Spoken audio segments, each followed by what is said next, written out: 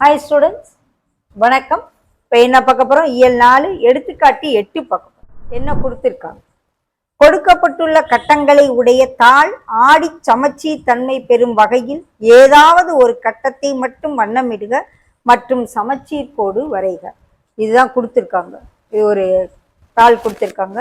இதில் கட்டமாக வரைஞ்சி இதில் வண்ணம் விட்டுருக்காங்க. 1 2 3 வண்ணம் விட்டுருக்காங்க. என்ன சொல்கிறாங்க?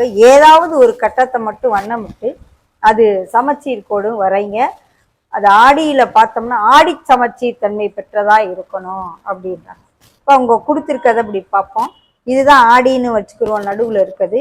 இது இப்படி ஆடி இருக்குன்னா இப்போ இப்படியும் ஆடி இருந்துச்சுன்னா எப்படி இருக்கும் அப்படின்னா, இந்த 2க்கு பதிலாக மேலே இந்த இடத்துல ஒரு கட்டம் வரைஞ்சிருக்காங்க. ஒரே ஒரு ஏதாவது ஒரு கட்டத்தை மட்டும் வண்ணமிடுகன்னு சொல்லியிருக்காங்க. அதனால அவங்க இந்த கட்டத்தை வண்ணமிட்டிருக்காங்க. இந்த கட்டத்தை வண்ணமிட்டு அப்படி குறுக்கா பார்க்கையில இது ஆடி சமச்சீர்ப்படும். இங்க பாருங்க, இந்த இடத்துக்கு பதிலாக இந்த இடத்துல வரைஞ்சிருக்காங்க. ஸோ இப்படி பார்த்தோம்னா அது 2 ஆடி சமச்சீர். இப்படி ஃபோல்டு பண்ணி பாருங்க, இந்த 2 வண்ணமிட்டிருக்கு, இங்கேயும் 2 வண்ணமிட்டிருக்கு. இங்க வண்ணமிட்டோம்னா இப்படி குறுக்க பிரிக்கலாம். ஒன்று இப்படி செய்யலாம் அல்லது இப்படி செய்யலாம்னு சொல்லியிருக்காங்க. இந்த ஆடி இப்படி இருந்துச்சுன்னா இந்த இடத்த வண்ணமிட்டிருக்காங்க. ஆடியை குறுக்கா வச்சு பார்த்தோம்னா இதை வண்ணமிட்டிருக்காங்க. ஓகே, 2 விதமாக நாம வண்ணமிடலாம் அப்படின்னு சொல்லி